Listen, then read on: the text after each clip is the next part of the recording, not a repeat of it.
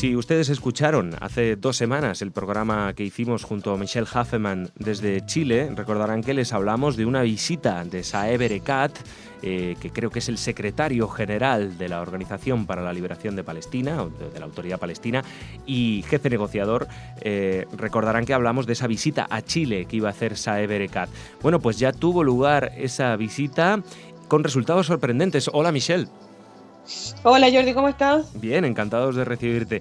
Digo sorprendentes porque no esperábamos que Erekat hablara en un foro judío y lo hiciera en los términos en los que lo hizo.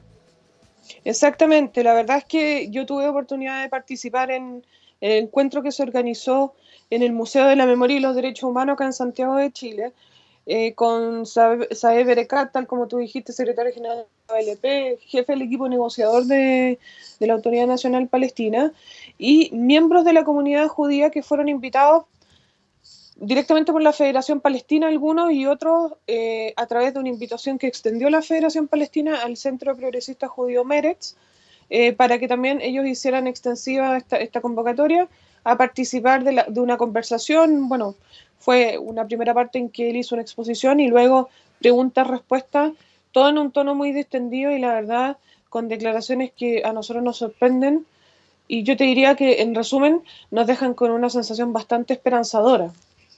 Pues sí, porque además, como hablábamos tú y yo hace un momento, Erekat se perfila también como posiblemente el líder de Al-Fatah, el partido que gobierna, vamos a decirlo así, en Cisjordania, ¿no? Sí, exactamente. Mira, vamos a hacer un poco el contexto. Esta visita se produce cuando, no es la primera vez, pero fuertemente periodistas palestinos en medios internacionales y también en medios árabes que se publican en inglés en Internet, hablan de la renuncia de Mahmoud Abbas dentro de los próximos 2 meses. Uh-huh. Eso precipitaría el llamado a elecciones y de hecho en las declaraciones previas de Erekat a su visita a Latinoamérica, porque él primero pasó por Argentina, luego visitó Chile, él en varias intervenciones, entrevistas, hacía llamados a generar un gobierno de unidad con Hamas, con la yihad islámica, y eso nos hace sentido en este contexto, en la posibilidad de que Abbas renuncie y que se llame elecciones. Y claro, y Erekat, quizás un poco preparando la pista, está buscando un acercamiento que no estos otros grupos políticos palestinos. Uh-huh. Además, el día que él llega a Chile, se produce una especie de Wikileaks y se conocen una serie de documentos que hablan de aportes a familiares y a miembros de la Autoridad Nacional Palestina en dólares, montos millonarios en dólares, para uso privado. De hecho, el mismo hijo de Mahmoud Abbas había recibido, si no me equivoco, algo de 50 millones de dólares y se había comprado un condominio en Ramallah. Y esto había generado, según lo que yo había alcanzado a leer, una tremenda reacción de molestia y de rabia de parte de la calle palestina, de la sociedad palestina. Entonces, claramente, yo creo que se da en un contexto y un poco la visita tenía un aire a campaña política. ¿Verdad? Él es un académico de larga trayectoria, pero además un político de una trayectoria extensa, un político que se ha sometido varias veces a elecciones democráticas, el representante de Jericó para el Parlamento palestino. Él mismo contaba ahí de lo que eran sus campañas políticas, con todo como anécdota que en su última campaña política él había invertido algo, no sé, de $100, en cambio jamás en el contrincante que había ido por el mismo distrito que él representaba había invertido miles de dólares y sin embargo él había ganado por una extensa mayoría. Es un hombre de trayectoria política, de trayectoria académica, que constantemente se está presentando en foros de universidades israelíes, en foros internacionales, y que se perfila claramente como el sucesor de Mahmoud Abbas en la Autoridad Nacional Palestina, y yo te diría, después de lo que escuchamos el domingo, ojalá así sea. Sí, porque danos detalles. ¿En qué términos se expresó Erekat? Mira, él habló de varios temas. Como te decía, primero expuso 40 minutos frente a los que estábamos ahí sentados. Quiero decirte primero que, para darle contexto, el Museo de la Memoria y los Derechos Humanos se inauguró por iniciativa de la presidenta Bachelet en su primer periodo. Tú sabes, la presidenta Bachelet fue presa política, después salió al exilio junto a su madre. Su padre, que era general de la Fuerza Aérea, murió producto de las torturas y ella, como política pública en cuanto a la memoria y derechos humanos, creó ese museo. Ya el escenario en el fondo era muy simbólico, presente la Federación Palestina, presente gente de la comunidad palestina presente, judíos del centro progresista judío o gente no, en el fondo, que iba a título personal, y él sabía que iba a un encuentro con personajes judíos. De hecho, él en Argentina se reunió con el representante del Congreso Judío Latinoamericano. También habían habido unas gestiones para hacer alguna reunión formal entre Saeb Erekat y los representantes de la comunidad judía de Chile, en el fondo la dirigencia, pero no prosperaron porque su agenda fue muy apretada. Bueno, en estos 40 minutos Saeb Erekat, en el fondo, él abrió la exposición diciendo que él creía que la única solución al conflicto árabe-israelí, o en el fondo en este caso el conflicto palestino-israelí, pasaba por una solución de dos estados para dos pueblos. Ahí hay que hacer inmediatamente el distingo, porque nosotros hemos escuchado muchas veces gente que apoya la solución de dos estados, pero en el fondo dos estados que ninguno de ellos sea un estado judío. Claro. En este caso, él fue enfático en eso y a continuación señaló que él no se sentía amedrentado por el carácter judío del Estado de Israel y que él creía que judíos, cristianos, todas las religiones que habitaban la zona podían convivir perfectamente en paz. También acusó directamente, y eso lo hizo constantemente en las entrevistas que realizó previa a esta visita a Chile en su estadía en Argentina, a Netanyahu, y lo sindicó a él, al primer ministro israelí, como responsable de que las conversaciones de paz fracasaran constantemente. Incluso él dijo estar dispuesto, dijo, yo estoy dispuesto a ceder una capital palestina en Jerusalén del Este y a crear en Jerusalén una ciudad abierta, me dijo. Yo le he pedido varias veces a Netanyahu que nos ceda los territorios que están en la zona C, en Cisjordania, para crear más trabajo.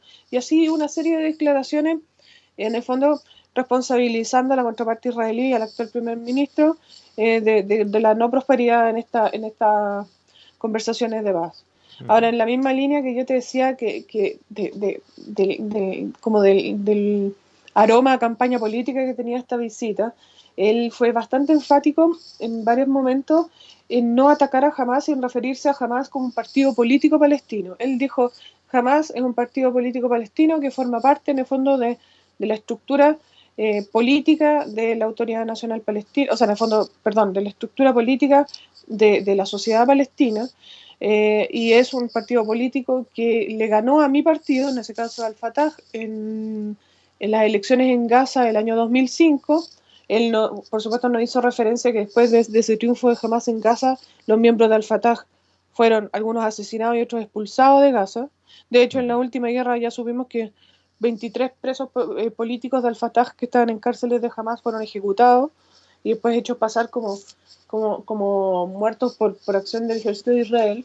Después dijo, Hamas es un partido político que le ganó a mi partido en las elecciones de Federación de Estudiantes, de una Federación de Estudiantes de la Universidad de Barzeit. Y fue bastante, en el fondo en ningún momento él condenó jamás, ni lo tildó de movimiento terrorista. Yo creo que en eso claramente había una intención política, porque él también repitió varias veces como un mantra la fragmentación que existe en su pueblo. Incluso dijo que parte de las dificultades para lograr un gobierno palestino era la fragmentación, o sea, un gobierno palestino sólido, y cómo esto entorpecía a la creación de un Estado palestino era la fragmentación de la fragmentación política de la dirigencia palestina. También él se refirió a situaciones que existen en Israel y en Cisjordania, acusó una segregación en cuanto al uso de carreteras. Nosotros sabemos que por temas de seguridad hay carreteras por las que no pueden circular palestinos, y habló de este proyecto que fue muy polémico, que se comentó hace algunas semanas, de establecer buses también segregados. Y claro, nosotros sabemos que eso tiene un sustento de seguridad que en términos valóricos es difícil de explicar, lo es, pero lo sorprendente es que posteriormente, cuando uno de los participantes le dijo que en realidad él no creía en la solución de los dos estados, sino en la solución de un estado binacional, Erekat dijo, un estado binacional sería como el triunfo del apartheid, porque ahí sí existirían zonas para palestinos, zonas para judíos, zonas para cristianos. Y claro, o sea, la situación de seguridad, con la situación incluso de la desconfianza que hay entre la sociedad palestina y la sociedad israelí, no está muy lejos de... O sea, no está muy fantaseando mucho respecto de lo que sí podría ser. Ahora, ese punto es muy interesante porque tú sabes que uno de los objetivos o una de las máximas del movimiento de boicot, desinversión y sanciones contra Israel, BDS, es un Estado binacional. Claro. Ellos no están por la solución de los dos Estados.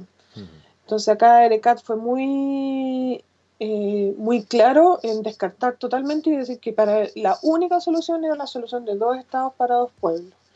Y lo otro que también fue muy explícito fue en condenar a ISIS, dijo que ISIS no estaba con la causa palestina, y también fue bastante duro para referirse a los colonos israelíes y señaló incluso sentir temor por su familia y la acción de los colonos, bueno, en vista de los últimos acontecimientos que todos hemos leído en la prensa.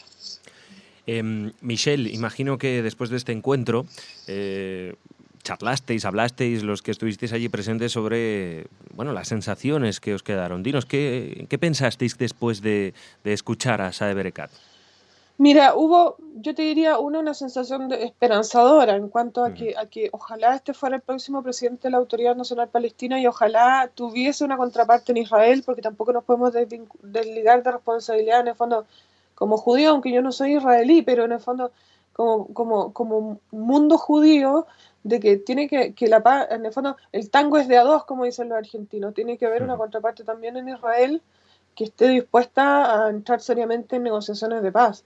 Pero yo te diría, por lo que nosotros escuchamos de Erekat, claramente hay una intención para ello. Y lo otro que también, y que se preguntó varias veces durante las tandas de preguntas que se produjeron en la conferencia, es que es algo que a muchos de nosotros nos debe rondar en la cabeza. ¿Cómo podemos aportar desde las comunidades en la diáspora a acercar una solución a una negociación de paz? O sea, acá, se dio esa reunión entre el presidente del Congreso Judío o el representante del Congreso Judío Latinoamericano, en el que tuvo esta reunión con nosotros, y acá mismo se le preguntó cómo podemos aportar, porque lamentablemente el conflicto y la discusión respecto del conflicto y la argumentación y los ataques de una parte y de otra, lo que han hecho es polarizar cada vez más nuestras posiciones. Entonces yo creo que ahí también nosotros nos quedamos con una tarea pendiente. O sea, no podemos exportar más odio. Yo creo que tendríamos que buscar cómo exportar, en el fondo, alguna alternativa, alguna propuesta o algo que acerque la paz más que incremente la violencia. Interesante debate, Michelle, también, ¿verdad? Israel, los judíos en la diáspora, siempre va a ser un tema con muchísimo jugo, y más aún cuando hablamos de estos términos, ¿no? Igual, pues sí, esperanzador las palabras de Erekat, veremos que cristalicen en el futuro, será lo más interesante, y como tú dices, que también de la otra parte, se construya entre todos ese tango, ¿no? Entre dos, fundamental. Michelle, muchísimas gracias una semana más por traernos noticias desde Chile. Un fuerte abrazo y hablamos. Bueno, muchas gracias a ustedes.